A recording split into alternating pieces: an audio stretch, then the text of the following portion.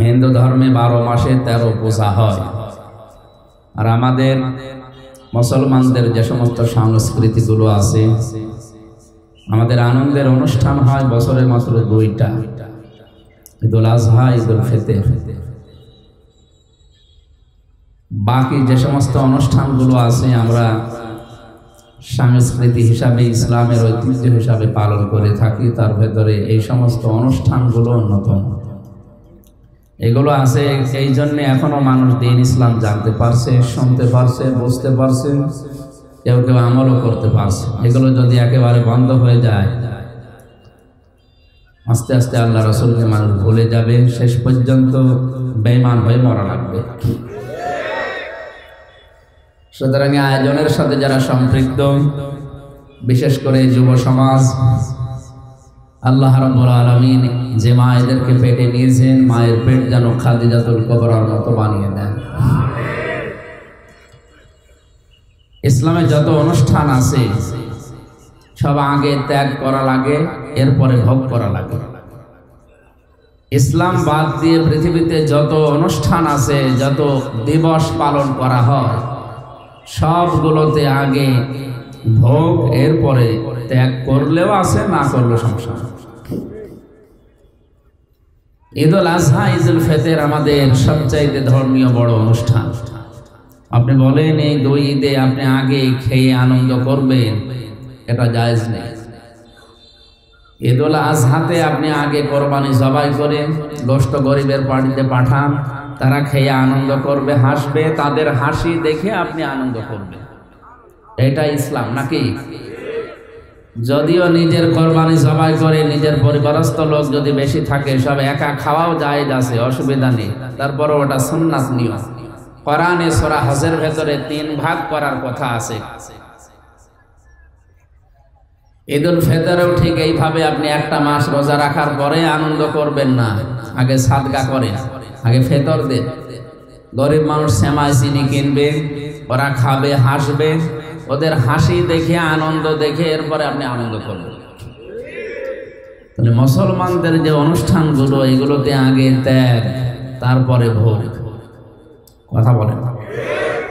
এই 2টা বাদ দিয়ে পৃথিবীর যত অনুষ্ঠান আপনি তাকান, আগে খাবো, আগে নেব।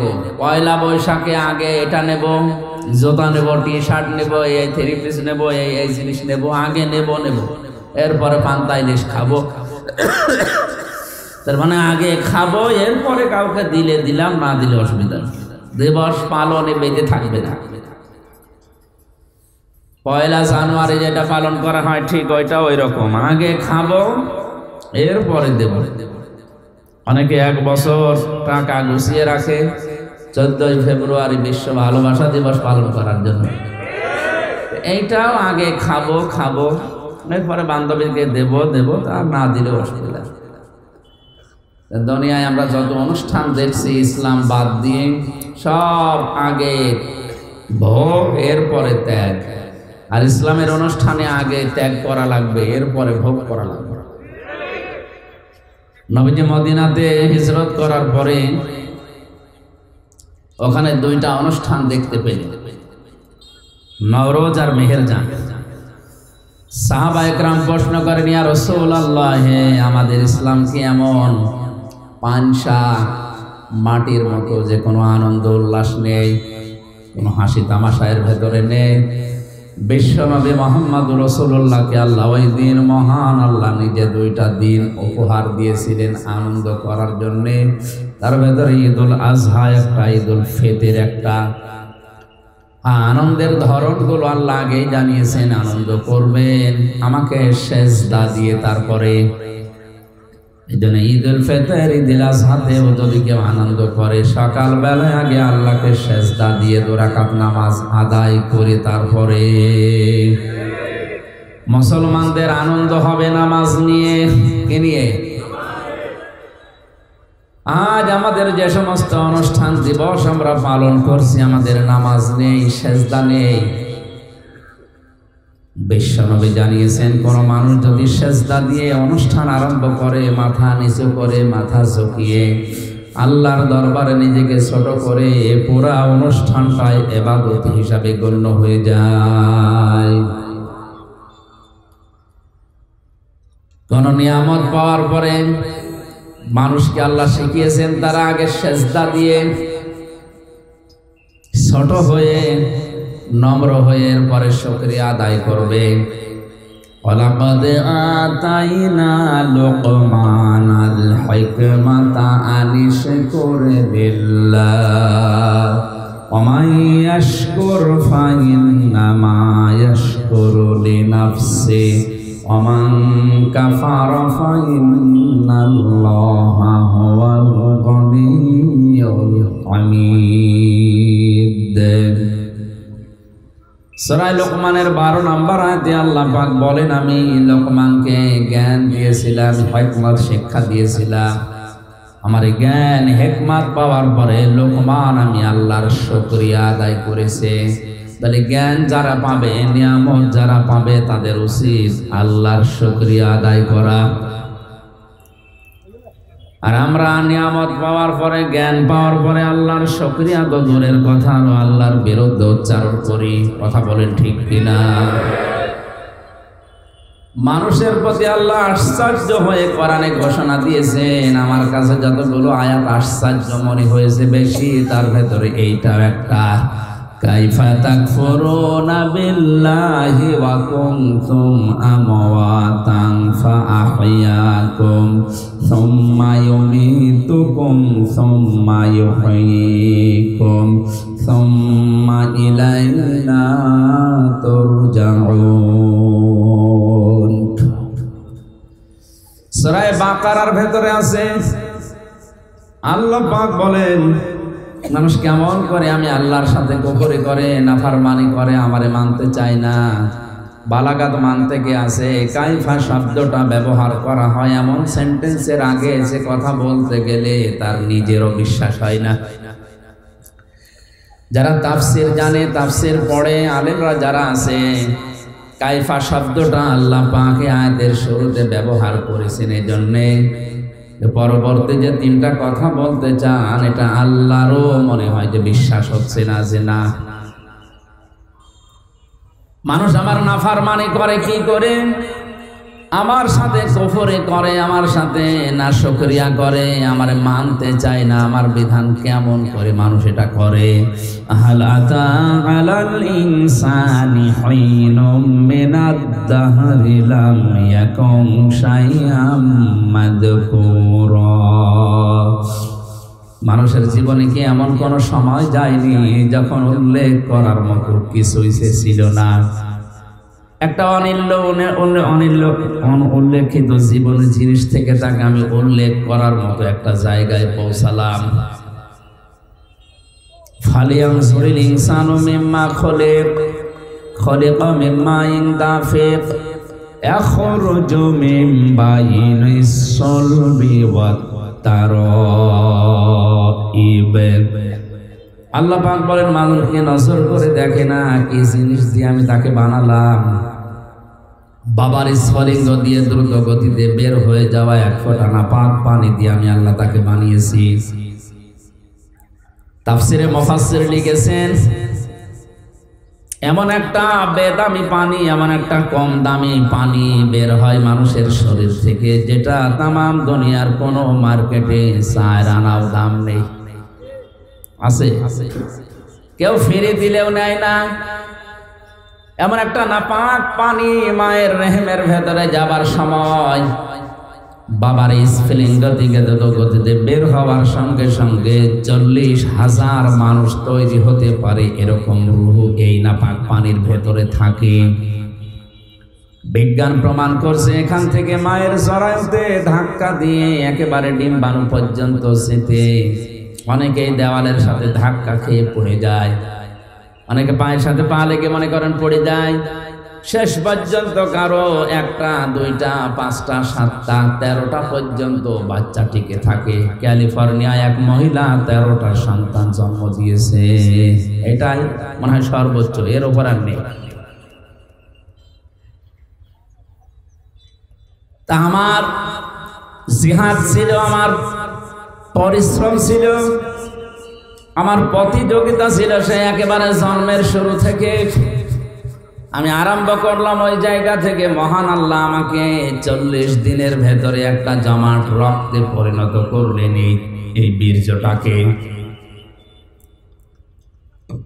ثم خلقنا النطفة علقة فخلقنا العلقة مضغة فخلقنا المضغة عظاما فكسونا العظام لحما ثم أنشأناه خلقا آخر فتبارك الله أحسن الخالقين।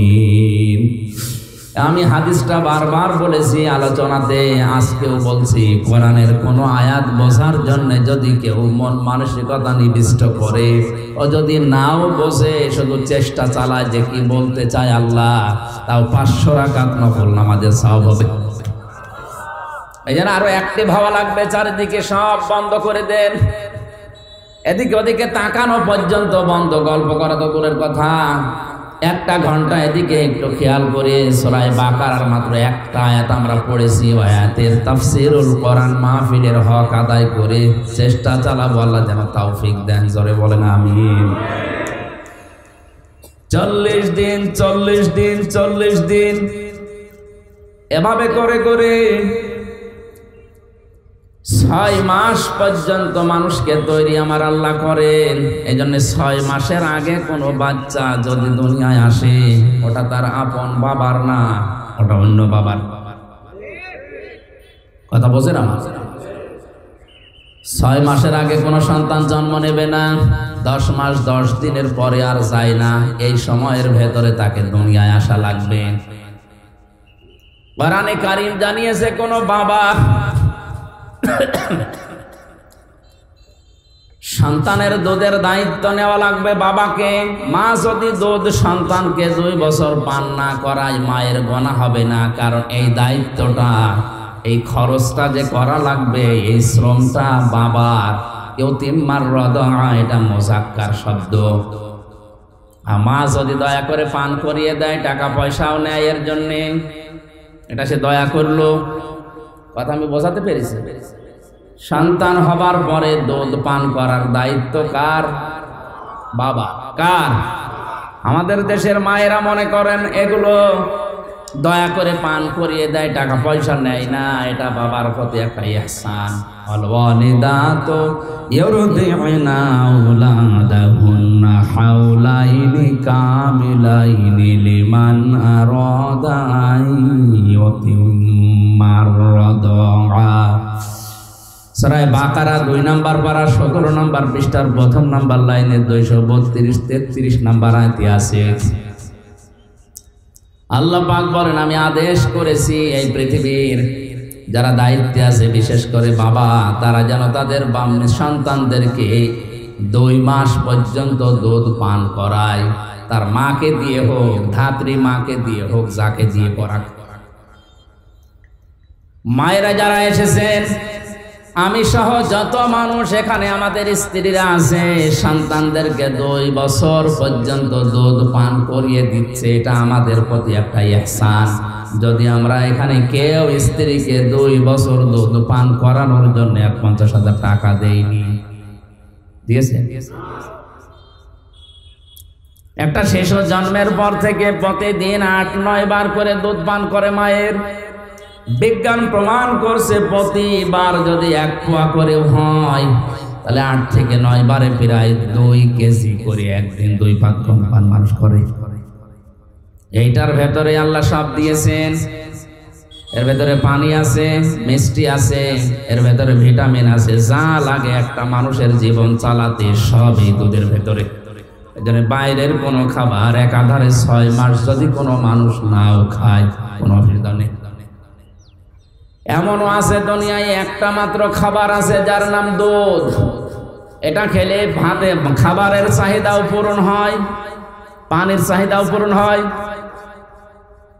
এই জন্য সন্তান যদি জন্মের পরে মায়ের স্তনের দুধ বেশি করে পান করতে পারে তাহলে সে সুস্থ থাকে, হৃষ্টপুষ্ট হয়, এমনকি তার রোগ শোক কম হয়।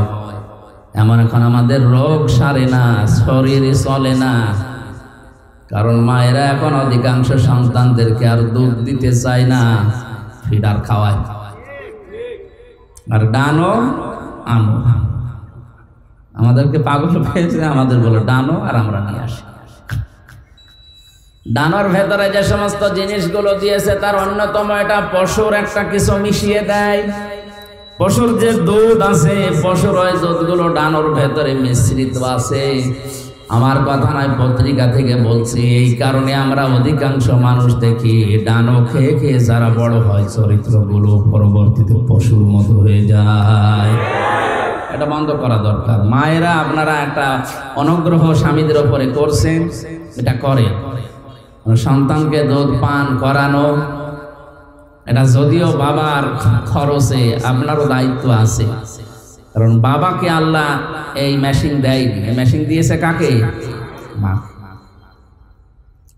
আমি একটা কথা বোঝানোর জন্য আজটা পড়েছিলাম। 2 বছরে কত মাস হয়?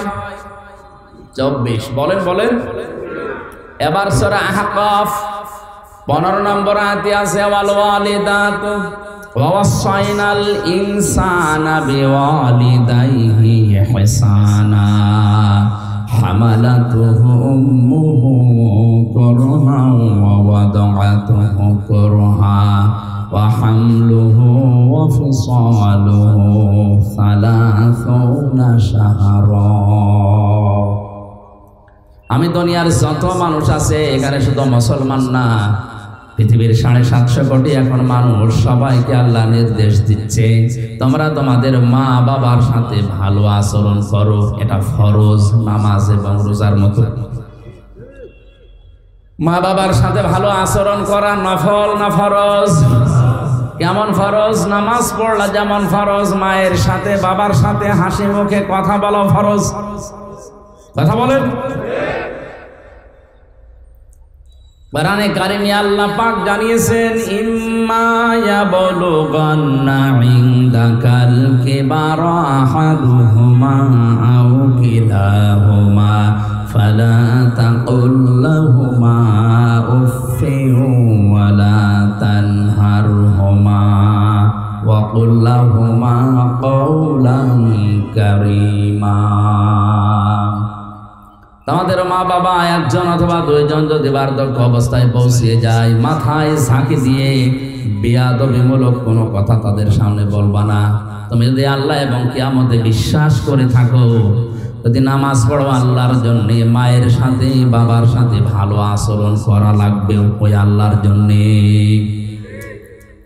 নামাজ পড়ে রোজা রাখে কিন্তু মা বাবার সাথে আচরণ খারাপ, এ লোকটা জান্নাতে যেতে পারবে না। আরাফ নামক একটা দেওয়াল আছে, ওই দেওয়ালের উপরে বসে থাকবে। নবীজি হাদিসটা যখন বলছিলেন কিয়ামতে আরাফ নামক একটা প্রাচীর থাকবে, ওর উপরে কিছু মানুষকে আল্লাহ দাঁড় করাবে। ওরা জান্নাতেও যাবে না, জাহান্নামেও পড়বে না। সাহাবীরা বলেন হুজুর এরা জাহান্নামেও যাচ্ছে না, জান্নাতেও যাচ্ছে না, কাজ কি? আল্লাহর নবী বলেন এরা নামাজ রোজা হজ যাকাত সব করেছে, এমনকি ইসলাম প্রতিষ্ঠার জন্য আন্দোলনও করেছে। এই জন্য আল্লাহ তাদেরকে জাহান্নামে দিচ্ছে না, জান্নাতে দেয় না একটাই মাত্র কারণ এরা মা বাবার সাথে আচরণ ভালো করতো না। চট্টগ্রামবাসী নামাজ পড়েছে, রোজা রেখেছে, নফল দান সাদগা, এমনকি ইসলামী আন্দোলন করেছে, জিহাদ পর্যন্ত করেছে। এই লোকটাকে আল্লাহ জাহান্নামে দিচ্ছে না এই একটাই কারণ, হাল আদুল্লুকুম আলা তিজারাতিন তুনজিকুম মিন আযাবিন আলীম। এমন একটা ব্যবসার কথা বলবো যেটা করলে জাহান্নামে যাওয়া লাগবে না। এইজন্য ইসলামী আন্দোলন যারা করবে সফল যদি নাও হয়, ওরা জাহান্নামে যাওয়া লাগবে না। দলিল সূরা সফের এই 10, 11, 12 নম্বর আয়াত, তুমিনুনা বিল্লাহি ওয়া রাসূলিহি ওয়া তুজাহিদুনা ফি সাবিলিল্লাহ বিআমওয়ালিকুম ওয়া আনফুসিকুম যালিকুম খায়রুল লাকুম ইন কুনতুম তা'লামুন। আল্লাহ রাব্বুল আলামিন বলেন, যারা আল্লাহ রাসূলকে বিশ্বাস করার পরে দাবি অনুযায়ী ভালো ভালো কাজের আঞ্জাম দেবে। এখানে ভালো কাজ বলতে যালিকুম খায়রুল লাকুমের ব্যাখ্যায় আছে এর আগের শব্দটা সবচেয়ে ভালো কাজ, সেটা হচ্ছে তুজাহিদুনা ফি সাবিলিল্লাহি বিআমওয়ালিকুম ওয়া আনফুসিকুম। জান আর মাল দিয়ে আল্লাহর দ্বীনকে জমিনে প্রতিষ্ঠা করার জন্য যারা আন্দোলন করবে, চেষ্টা চালাবে, এইটাই আল্লাহর কাছে সবচাইতে ভালো কাজ। এদেরকে আল্লাহ জাহান্নামে দেবে না। আমি আবার ফতোয়া দিলাম, ইসলামী আন্দোলন দুনিয়াতে যারা করবে, ইসলাম প্রতিষ্ঠার জন্য যারা কাজ করবে, এদের অন্য পাপের জন্য যদি আল্লাহ শাস্তিও দিতে চান, জাহান্নামে দেবেন না, ওই প্রাচীরে রাখবেন, আরাফ নামক ওই প্রাচীরে দাঁড় করিয়ে রাখবেন। এদের জাহান্নাম এদের জন্য হারাম, জাহান্নামে দেবে না। আমি আবার রিপিট করছি, ইসলাম প্রতিষ্ঠার জন্য পৃথিবীতে যারা আন্দোলন করবে, সংগ্রাম করবে জান আর মাল দিয়ে, এদেরকে আল্লাহ দেবে না। কোন জায়গায়? আরো জোরে বলেন। সুতরাং আর যাই করি, এই পথ ইসলামী আন্দোলনের যেটা, এটা ছাড়া যাবে না। কারা রাজি আছেন দেখি? লিল্লাহি তাকবীর।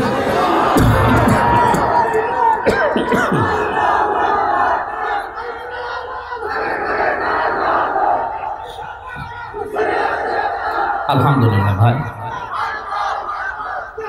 এই আলহামদুলিল্লাহ। আমি আপনাকে বাঁচাতে চাই। আরাফ নামক এই প্রাচীরে যারা দাঁড়িয়ে আছে, এদেরকে জাহান্নামে দিচ্ছে না কেন? নবীজি বললেন এরা ইসলামী আন্দোলন করতো, জিহাদ করতো, এই কারণে দিচ্ছে।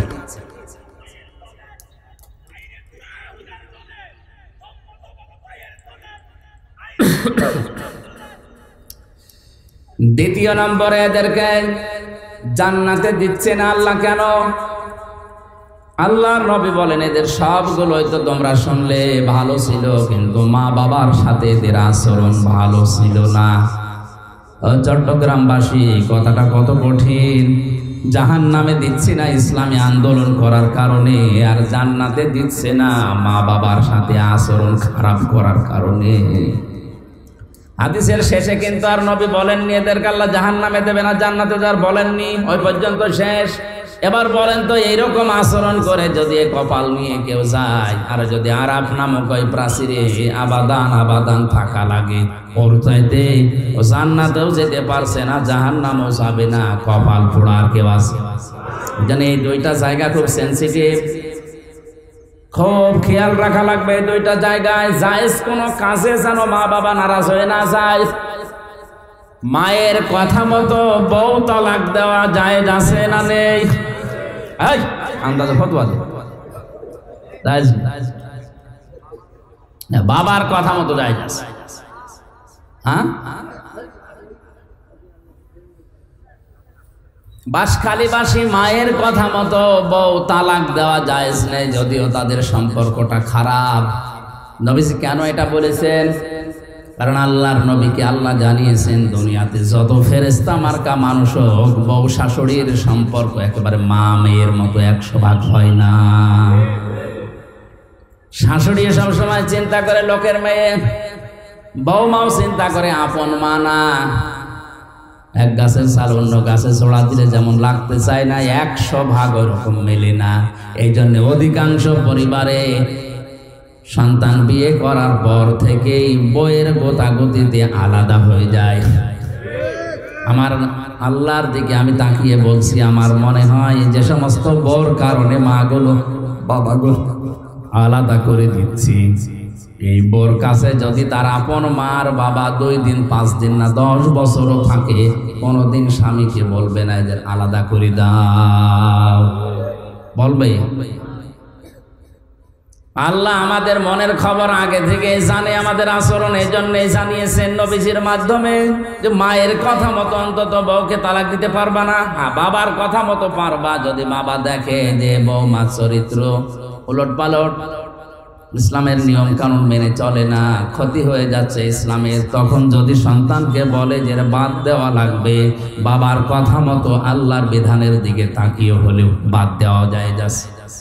তাহলে এখান থেকে মাসলা বের হলো দুইটা, মায়ের কথা মতো যত খারাপই হোক বউ তালাক দেওয়া, বাবার কথা মতো জায়েজ আছে।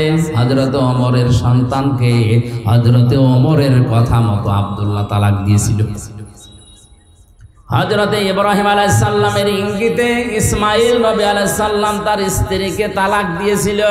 কথা বলে না কেন? আমি কথা বলছিলাম মা বাবার সাথে আচরণ খারাপ করা ভালো করার বিষয়ে বলতে বলতে আল্লাহ শেষ পর্যন্ত এমনও জানালেন, কথা যদি বলতে যাও উঁচু গলায় মাথা উঁচু করে কর্কশ ভাষায় তো বলবাই না, কথা বলতে চাইলে মাথা নিচু করে প্রেসিডেন্টের সামনে প্রধানমন্ত্রীর সামনে দাঁড়িয়ে যেভাবে নরম সরে বলো, ঠিক ওই কায়দায় বলো। আল্লাহ তা কায়দা শিখিয়েছেন। দেখেন তো পরের আয়াতে, অখফিদ লাহুমা জানাহাজ যুল্লি মিনার রাহমা ওয়াকুর রব্বিরহামহুমা কামা রব্বায়ানি সাগীরা। জবান খুলে এই ময়দানে আল্লাহর শেখানো দোয়াটা একবার পড়েন, রব্বিরহামহুমা কামা।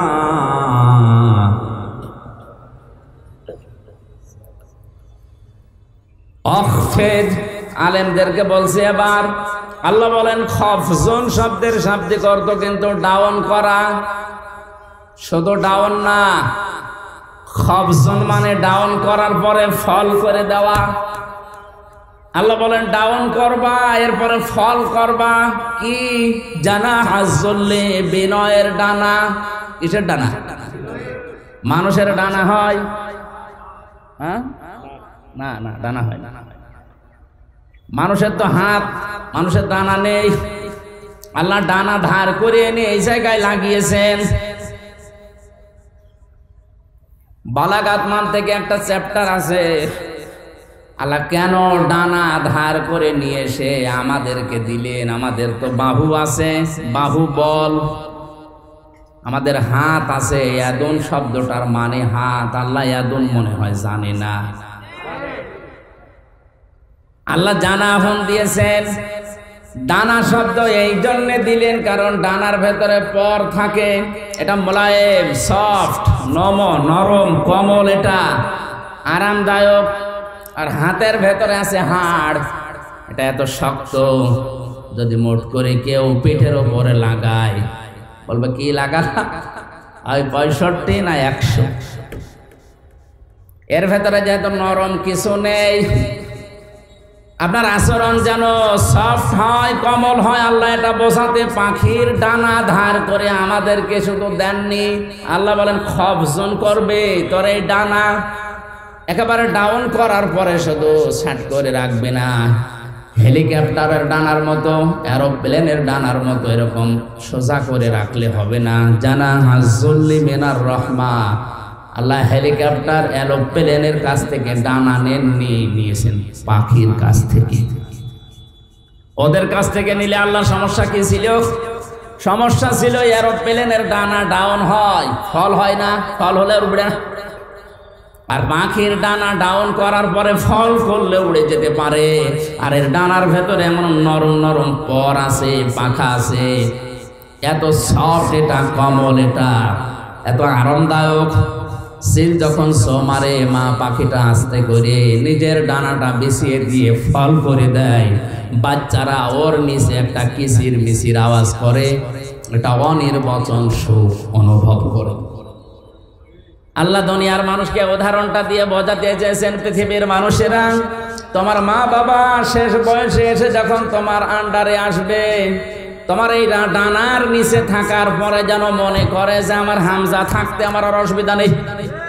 এই কথা বলেন কেন? এরকম মনে করতে পারছে? বলেন না, এরকম মনে করতে পারছে না। সেই পরিবেশ নেই। আজ কাদের কারণে? আমি যতগুলো কারণ পেয়েছি তার অন্যতম কারণ হচ্ছে অধিকাংশ বাড়িতে তার বউ না, এই এলাকায় এখন নেই। আর এই বউকে বারবার কান পড়া দেয় এর বড় মা আর ওর বড় বোন, আর ওর আশপাশের ভাবি যারা আছে তারা। বলে আর কতদিন থাকবা, আলাদা হও, আরামে খেতে পারবা। এরকম কার কার বউকে দেয় একটু হাত তোলেন তো। ও এই হাদিস মনে হয় এই এলাকায় বলা ঠিক হইল না, এটা আমাদের কুষ্টিয়ায় আছে।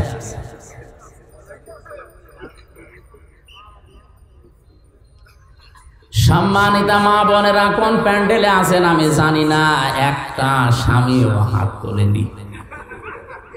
আপনাদের চরিত্র কত ভালো, এরা হাত না তোলার পেছনে কারণ আছে দুইটা। এক নম্বরে যদি কেউ হাত তোলে, ক্যামেরা হচ্ছে, ও বাড়ি গিয়ে ইউটিউবে দেবে আমার লোক হাত তুলেছে, আপনার হাতই বন্ধ করে দেবে।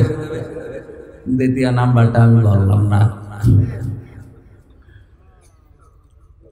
দেখেন, জানা হাজ্জুল মিনার রহমা দেওয়ার পরে আল্লাহ রাব্বুল আলামিন এই দোয়াটা মানুষকে শিখিয়েছেন যে এই দোয়া করো, রব্বির হামহুমা কামা রব্বায়ানি সগীরা। ইয়া আল্লাহ, মা বাবা ছোটবেলায় আমার প্রতি যে স্নেহ, যে দয়া, যে মায়া, যে রহমত দেখিয়েছে, আল্লাহ মেহেরবানি করে তুমি তাদের উপর ওই রকম দয়া, রহমত, মায়া, মহব্বত ঢেলে দাও। এমনকি কবরে যদি যায় তাদেরকে তুমি ওই রকম ভাবে দেখাশোনা করো যেভাবে ছোটবেলা আমাকে দেখাশোনা করেছিল। একটা সন্তান প্রতিপালন করা কত কঠিন, আমার এই ছোট মেয়েটা নিয়ে আমি এখন টের পাচ্ছি। একটা জিনিস 5 বার বললেও বোঝে না। আমার মনে মাঝে মনে হয় যে ঠিক ছোটবেলায় আমি মনে এরকম তেড়াই ছিলাম। ওর মা আমারে বলে মাঝে মাঝে যে তুমি এরকম তেড়া ছিলে ছোটবেলায়, এই কারণে তোমার এটা হয়। আমার ভাইরা, আমার কথা বোঝানোর বিষয় ছিল মা বাবার প্রতি ভালো ব্যবহার করা, ইহসান করার কথা আল্লাহ বলার পরেই জানিয়েছেন কেন করবা জানো? কারণ তোমার এই মা তোমাকে পেটে বহন করেছে, কষ্টের পরে কষ্ট সহ্য করে, এবং দুধ পান করিয়েছে 30 মাস। সব মিলে বলেন বলেন, আল্লাহ কিন্তু সালাসনা সাহারা দিয়েছেন, ওয়া হামলুহু ওয়া ফিসালুহু, এই যে মাঝখানে ওয়া দিয়ে জানিয়েছেন তোমাকে দুধ পান করানো আর তোমাকে পেটে রাখা, সব মিলে 30 মাস। আমরা এর আগে জেনেছি দুধ পান করানো লাগে কয় মাস? 24। বলেন না কেন? 30-এর ভেতরে 24 মাপ গেলে কত থাকে? 6। এখান থেকে গবেষণা করে বের করা হয়েছে সূরা কলমের 13 নম্বর আয়াত থেকে 17 নম্বর আয়াত পর্যন্ত ব্যাখ্যা আছে যে দুনিয়াতে মানুষ আসতে সর্বনিম্ন সময় লাগবে 6 মাস। এর আগে যদি কেউ আসে ওটা বৈধ না, ওটা জারজ। আর জারজ সন্তানদের যে কর্মসূচিগুলো আছে তার অন্যতম একটা 9টা আছে। তার প্রথম নাম্বারে ওরা কোরআন বিরোধী হবে। আজ দুনিয়াতে তাকান, ইসলাম বিরোধী, কোরআন বিরোধী যারা, কোরআন যারা পড়িয়াছে ফ্রান্সে, তাম দুনিয়ার জরিপ 228টা রাষ্ট্রের জরিপ বের হয় জানুয়ারি মাসে। আপনি জরিপ পড়ে দেখবেন তাম দুনিয়ায় সবচাইতে বেশি জারজ সন্তান তৈরি হয় ফ্রান্সে। ওরা কোরআনকে গালি দেয়, রসুলকে গালি দেয়, কোরআন পড়িয়ে ফেলে, পা দিয়ে লাথি মারে। এমনি না, কারণ ওগুলোর জন্মে ভেজাল আছে। কারণ জারজ সন্তানদের প্রথম কর্মসূচি ওরা কোরআন বিরোধী, ওরা রাসূল বিরোধী। এটা প্রমাণ করেছেন নবীজি নিজের জীবনে একজনের মাধ্যমে। ওয়ালিদ ইবনে মুগিরা নামে এই লোকটা রসুলের দাওয়াতে, রসুলের কোরআন তেলাওয়াতে, কোরআন যেখানে বোঝাতো এই লোকটা যে বাধা দিত, আল্লাহর নবী একবার রাগ করে শেষ পর্যন্ত বলেই ফেলেছিলেন যে তুমি জারজ সন্তান। মানুষকে জন্ম নিয়ে কথা বললে এমনিতে রাগ হয়ে যায়। বাড়িতে গিয়ে ডাক দিয়ে বলে, মা মোহাম্মদ আমারে গালি দিয়েছে, সত্যি করে বলো আমার বাবাকে। মা বলছে তোর বাবা? তোর বাবা? না, ও বাবা আমি মানি না, আমার আসল বাবাকে। জোড়াজুড়ি করার শেষ পর্যায়ে মা ডাক দিয়ে বলে, বাবা এ কথা করে কে? বারবার জিজ্ঞাসা করছে, বলে মোহাম্মদ আমারে গালি দিয়েছেন, আমি কি জারজ সন্তান? মা মাথা নিচু করে বলে, বাবা ওই ছেলে যা বলে ঠিকই হয়, তুই কেন তার পেছনে লাগলি? কোরআনে কারীম মানুষকে শোনাচ্ছিল, দাওয়াত দিচ্ছিল কোরআন দিয়ে, আমি বাধা দিয়েছিলাম, আমার এই কথা বলে গালি দিয়েছে। মা বলছে, বাবা তোর জন্ম হয়েছে বাড়ির রাখাল দিয়ে। এখান থেকে 13টা আয়াতে আমি পড়েছি ব্যাখ্যায়। বিশ্বনবী জানিয়েছেন দুনিয়ায় জারজদের কর্মসূচি 9টা, তার প্রথম নাম্বারে তারা কোরআন বিরোধী। এটা রেকর্ড হয়ে কালকে তামাম দুনিয়ায় ছড়াবে। সারা দুনিয়ার মানুষকে বলছি, কোরআন বিরোধী যারা, আপনি দেখলেই বুঝবেন ওটা জন্ম ঠিক নেই। এবার আয়াত পড়ছি, উতুল্লিম বা'দা যালিকা যানিম। বদমেজাজি যার সন্তান ওই মানুষগুলো। আমার ভাইরা, আমি কথা বলছিলাম 6 মাস পরে আমার আল্লাহ তখন রূহ দেয় মানুষের ভেতরে। রূহ মানে আল্লাহর একটা হুকুম। ইয়াসআলুনাকা আনির রূহ কুলির রূহু মিন আমরি রাব্বি। হে নবী, ওরা যদি জিজ্ঞাসা করে রূহটা আবার কি, 6 মাস পরে যেটা মানুষকে দেওয়া হয়, আপনি বলবেন এটা আল্লাহর হুকুম। এটা কি? এই হুকুমটা আপনার ভেতরে আছে, এজন্য নড়াচড়া করেন। হুকুমটা বের হয়ে গেলে আপনার নামের আগে একটা টাইটেল যোগ হবে, মরহুম হামজা। কথা বলেন। তাহলে যেটা আছে এটা আমার ভেতরে কার হুকুম? এই হুকুম কার? বিজ্ঞান প্রমাণ করে সারা শরীরের ভেতরে অনেক কিছু পর্যন্ত তারা ধরতে পেরেছে, কিন্তু রূহটা কি কোথায় থাকে আজ পর্যন্ত বের করতে পারেনি। কারণ এই হুকুমটা কার?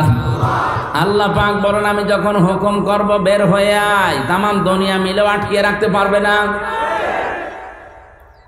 আর আমি এটা করার জন্য 14 জন ফেরেশতা নিয়োগ করব, তাও না। ইন্নামা আমরুহু ইযা আরাদা শাইআন আইয়াকুলা লাহু কুন ফায়াকুন। আমি যখন কোন কাজের ইচ্ছা করি, ইরাদা করি, তখন বলি কোন হও, সঙ্গে সঙ্গে কাজটা হয়ে যায়। মানুষের ভেতরে আল্লাহ রূহ দেওয়ার পরে খাবারের উদ্রেক তখন দেখা দেয়। খাবারের প্রয়োজনে দুনিয়ার কোনো মানুষ সেখানে কিছুই পাঠাতে পারে না। আল্লাহ নিজের পক্ষ থেকে মায়ের মাসিক অংশ বন্ধ করে দিয়ে খাবারের ব্যবস্থা করেন। এমন একটা খাবারের ব্যবস্থা 6 মাস আগে গরম করে আল্লাহ রেখে দেন। দুনিয়ার বিজ্ঞান প্রমাণ করেছে এর ভেতরে আল্লাহ সব কিছু লুকিয়ে রেখেছেন। এই জন্য পৃথিবীর কোন মানুষ যদি কিচ্ছু না খায়, জন্ম থেকে মৃত্যু পর্যন্ত শুধু দুধ খায়, তাও সে বেঁচে থাকতে পারবে।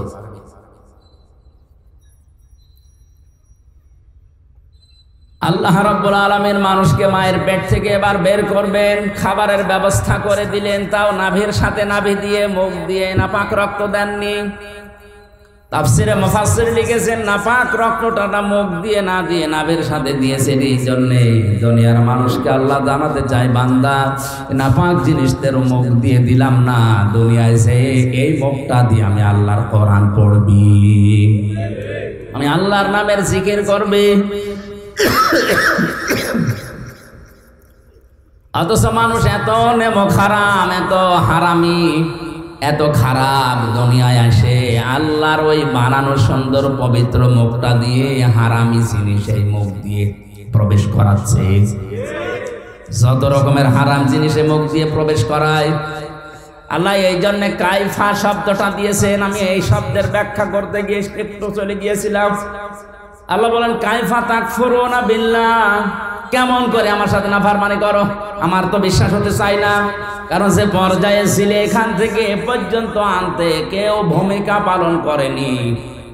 তোমার মা বাবার দায়িত্ব ছিল শুধু বিছানায় থাকা, বাকি যা করার করেছে কি? এতটুকু আল্লাহ শেষ করেননি। আল্লাহ রাব্বুল আলামিন বলেন মানুষদেরকে আমি মায়ের পেট থেকে এবার আস্তে করে বের করে আনার জন্য ফেরেশতাদেরকে যারা নিয়োজিত আছে সিদ্ধান্ত দেই যে যাও, ওয়াল্লাযী আল্লাহু আখরাজাকুম মিন বুতুনি উম্মাহাতিকুম লা তা'লামুনা শাইআ। মায়ের পেট থেকে আস্তে করে আমি বাচ্চার আকারে বের করে আনি এমন অবস্থায় যখন সে কিছুই জানতো না। ওয়াজআলা লাকুমুস সামআ ওয়াল আবসারা ওয়াল আফিদা, লাআল্লাকুম তাশকুরুন। শ্রবণ শক্তি, দর্শন শক্তি, বাক শক্তি, আকেল শক্তি, ঘ্রাণ শক্তি, এই পাঁচটা আমি আল্লাহ রব নামের কারণে মানুষকে দান করি। আল্লাহ কি করেন বলেন বলেন? আল্লাহ আপনাকে দয়া করে দান করেছেন। এটা যদি আল্লাহ আমাদেরকে দান না করতো তাহলে আমি কানা হয়ে আসতাম। বলেন না কেন? আমি যদি শ্রবণ শক্তি না পেতাম তাহলে কালা হয়ে আসতাম। যদি দর্শন শক্তি না পেতাম তাহলে মানুষ আমারে কানা অন্ধ বলে ডাকতো। যদি আমি আকেল শক্তি না পেতাম দুনিয়ায় আল্লাহ পাঠাতেন ঠিক, কিন্তু পাগল হয়ে আসতাম। ইখরুজু মিন বাইনিস সুলবি ওয়াত তারাইব এই শব্দের ব্যাখ্যায় ডক্টর মরিস বোকাইলি আমি অনেকগুলো তাফসিরে পেয়েছি, কিন্তু এই জায়গায় যে অনেক বিজ্ঞান, সায়েন্স এবং বাইবেল নিয়ে একটা বই লিখেছিলেন, ওখানে আয়াতের ব্যাখ্যা করতে গিয়ে সুন্দর একটা তথ্য দিয়েছেন। লিখেছেন মায়ের নাপাক পানির ভেতরে বাবার নাপাক পানি প্রবেশ করে আমার আল্লাহ 4-8টা জিনিস বানান। চুল, রগ, হাড় আর পর্দা, রক্ত, গোশত, চর্বি আর চামড়া। মায়ের ওই নাপাক জিনিস বাবার ওই নাপাক জিনিস দিয়ে 4-8টা জিনিস হয়। বিজ্ঞান এখন জানিয়েছে মানুষ তৈরি করার জন্য কমপক্ষে 13টা উপাদান লাগবে। কয়টা? মার বাবা দিয়েছিল 8টা, ওইটাও আল্লাহ বানিয়েছে। আর আল্লাহ নিজের পক্ষ থেকে মানুষের ভেতরে আরো 5টা জিনিস স্পেশাল ভাবে দেয়। এটা কিছুক্ষণ আগে যেটা সূরা নাহলের 78 নম্বর আয়াতের শেষের দিকের অংশ দিয়ে বললাম, ওয়াজআলা লাকুমুস সামআ ওয়াল আবসারা ওয়াল আফইদা। এখানে 3টা আছে, আর সূরা নূরের ভেতরে আছে 2টা। এই 8, 5, 13টা জিনিস যখন এক হয়ে যায়, ফেরেশতারা জিজ্ঞাসা করে রব্বুল আলামিন এটাকে কি আমরা এখন ছেলে বানাবো না মেয়ে বানাবো? সিদ্ধান্ত দেওয়ার মালিক কে? যারা মেয়ে হলে বা ছেলে হলে রাগারাগি করে স্ত্রীর সাথে, রাগারাগি স্ত্রীর সাথে না, যেন করছে প্রকারান্ত আল্লাহর সাথে। কারণ এর দায়িত্ব তো আপনার মা বাবার না, স্ত্রীর না, স্বামীরও না, এর দায়িত্ব কার? ফেরেশতারা কমপ্লিট করে জিজ্ঞাসা করে আল্লাহ যদি বলেন ছেলে বানাও, দুনিয়ার তামাম একদিক হয়ে গেল, এই সিদ্ধান্ত নড়াতে পারবে না। হ্যাঁ, আল্লাহ দয়া করে কাউকে প্রথমে মেয়ে দান করে, এটা কোরআনে সূরা শূরায় আছে। ইয়াখলুকু মা ইয়াশা ইয়াহাবু লিমান ইয়াশাউ ইনাসা ওয়া ইয়াহাবু লিমান ইয়াশাউ যুকুর আও ইউযাওবিজুহুম যুকরানা ওয়া ইনাসা ওয়া ইয়াজআলু মা ইয়াশাউ আকিমা ইন্নাহু আলিমুন কাদির। তিনি সৃষ্টি করেন, কাউকে মেয়ে দেন, কাউকে ছেলে দেন। আগে কার কথা? আরো জোরে বলেন।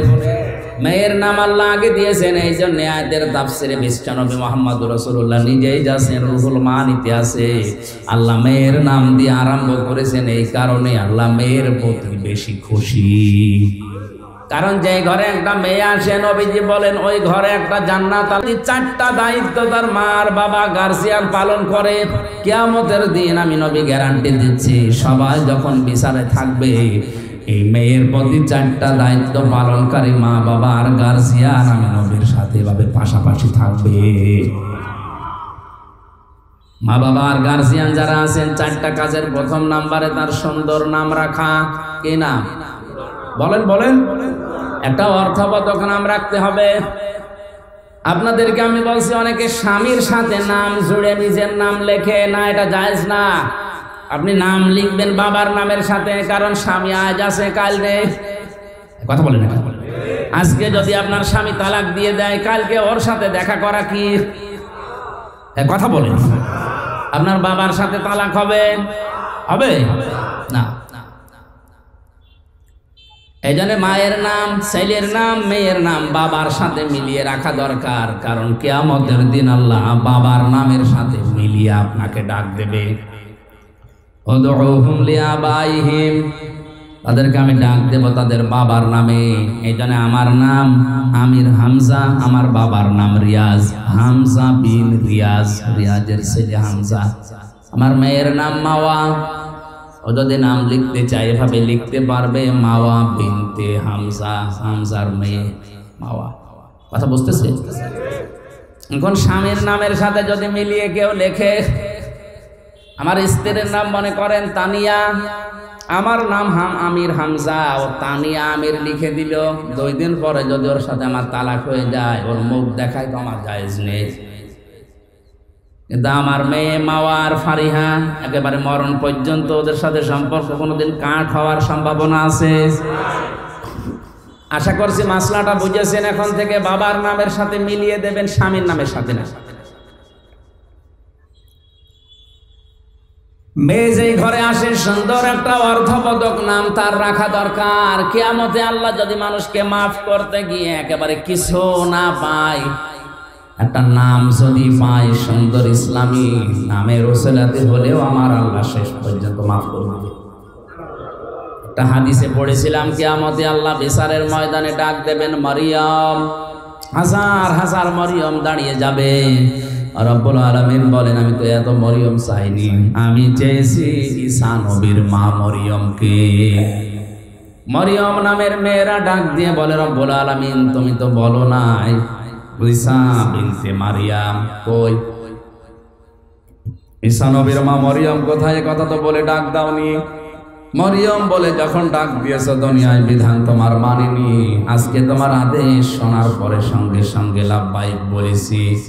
আল্লাহ পাক বলেন আমার ঈসা নবীর মা মরিয়মের সাথে তোমরাও যাও আমার জান্নাতে। এমন নাম যদি রাখেন যে নাম শুনলে কুকুরেও হাসে। একজনের নাম শুনেছিলাম কুকু, কি নাম? কুকু। খালেদা জিয়ার দ্বিতীয় ছেলের নাম কি? কয়কার বাদ দিয়ে যদি শুধুমাত্র হর্ষকার দিয়ে দেন,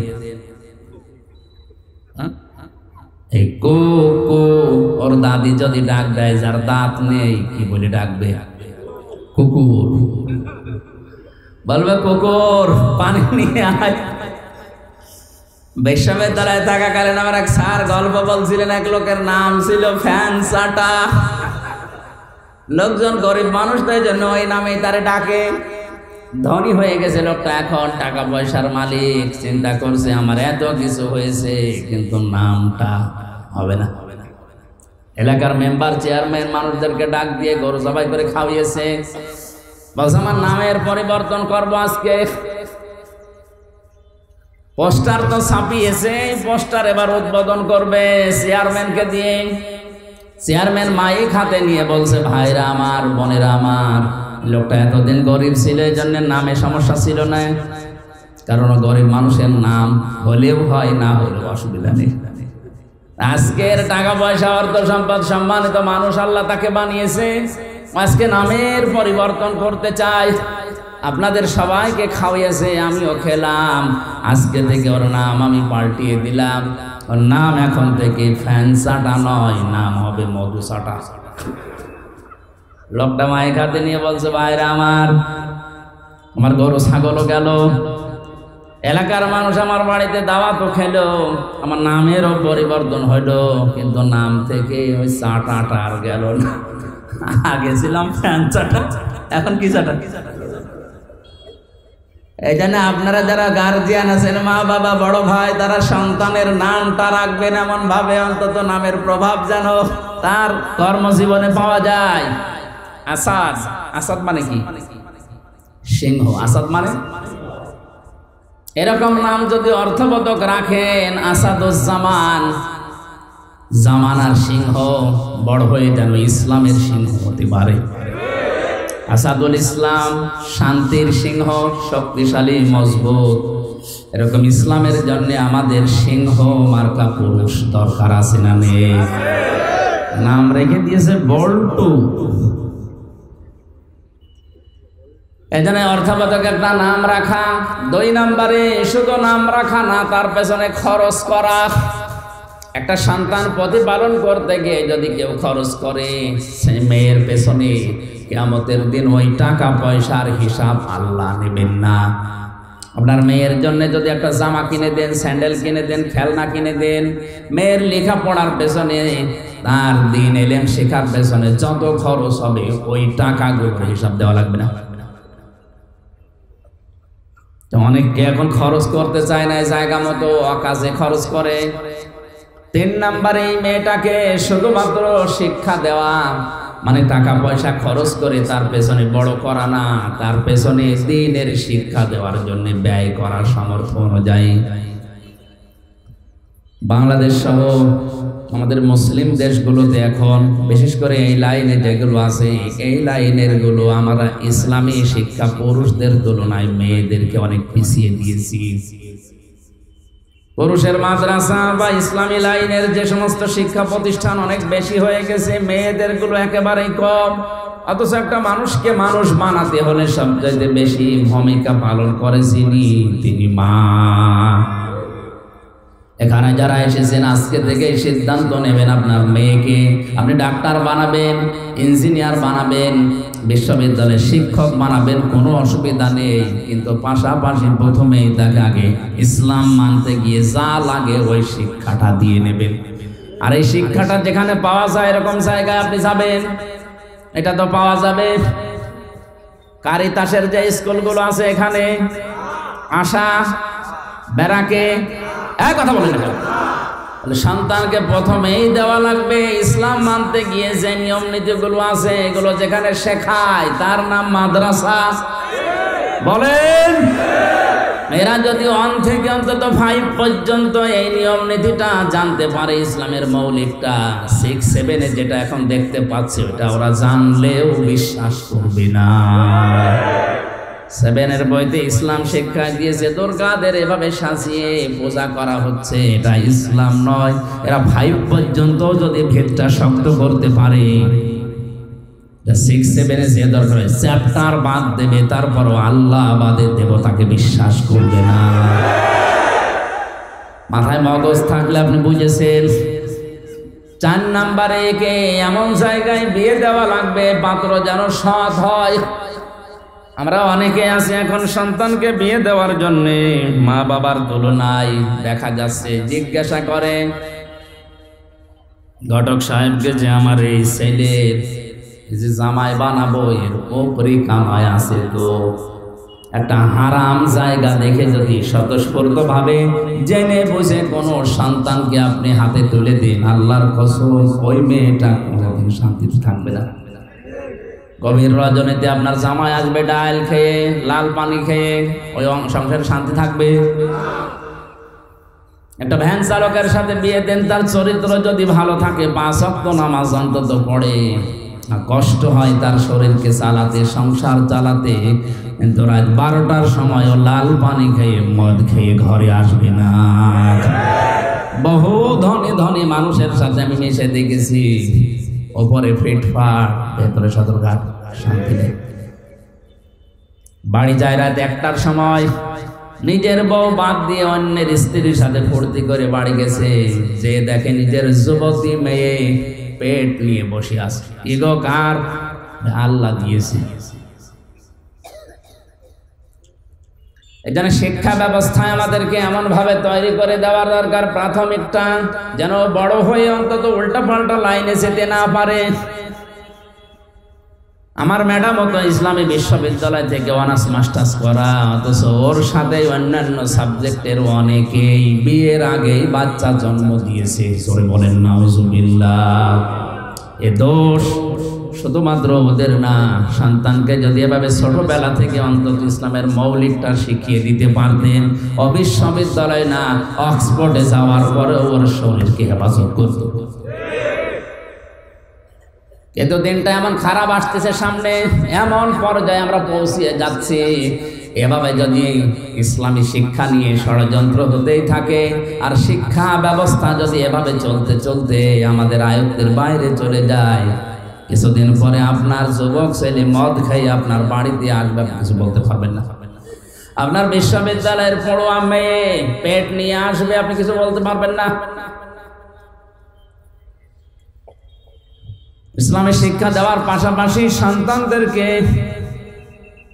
সৎ পাত্রে পাত্রস্থ করার তৌফিক আল্লাহ আমাদের দান করেন। এই 4টা কাজ যদি আমাদের গার্জিয়ানরা করি, অন্য কোনো আমল যদি আমাদের কম থাকে, একেবারে নাও থাকে, তাও অসুবিধা নেই, ফরজটা ঠিক রাখবে। এর পাশাপাশি যে দায়িত্বগুলো নবীজি দিয়েছেন সন্তানের প্রতি, এগুলো থাকলে কিয়ামতের ময়দানে মহান আল্লাহ আমাদেরকে নবীজির সাথে পাশাপাশি জান্নাতে রাখবেন। জোরে বলেন আমিন। আমি কায়ফা শব্দের ব্যাখ্যা করতে গিয়ে এই সিটিবিটি কথা বলেছিলাম। মানুষের এই যে জন্ম থেকে শুরু করে পর্যন্ত আল্লাহ এগুলো আশ্চর্য হয়ে যায় যে নাফরমানি করে কি করি। এরপরে তোমাদেরকে আমি জীবন দিয়েছি, এরপরে মরণ দেব, আমার কাছে আবার ফিরে আসা লাগবে। আমাদের আনন্দের বিষয় আজকে থেকে আমরা নির্ধারিত করে নেব বা নিলাম, এখন থেকে মরণ পর্যন্ত আনন্দ হবে শুধুমাত্র কোরআনের সাথে সম্পর্ক আছে যেটা, ওইটা নিয়ে। আজকের সম্পর্ক কিসের সাথে? আমির হামজার সাথে। আল্লাহ আমাদেরকে কোরআন নিয়ে আনন্দ করার তৌফিক দিন। আমি মনে হয় বেশি বলে ফেললাম, আজকে মাগরিবের সময় হয়ে যাচ্ছে। বারবার ওই কমিটি আরেক জায়গায় অনুষ্ঠান আছে তো কল দিচ্ছে। এ পাশে আর একটা মাহফিল আছে এশার পরে, মনে হয় নাকি 9টা 9:30টার দিকে, ওখানে দেখি শেষ করা যায় কিনা। আল্লাহুম্মা আমিন। বারাকাল্লাহু লানা ওয়া লাকুম ফিল কোরআনিল আযীম। আজকের এই মাহফিলে অনেক আশা নিয়ে আমরা এসেছিলাম, যে আশা নিয়ে এসেছে আমাদের জায়েজ আশাগুলো পূর্ণ করে দাও। যে যুবকগুলো কোরআন শোনানোর জন্য ব্যবস্থা করে দিল, যারা বাইরের দেশ থেকে টাকা পয়সা পাঠালো, আল্লাহ এই যুবকদেরকে তুমি মঞ্জুর করো। বারাকাল্লাহু লানা ওয়া লাকুম ফিল কোরআনিল আযীম। আলহামদুলিল্লাহি রাব্বিল আলামিন।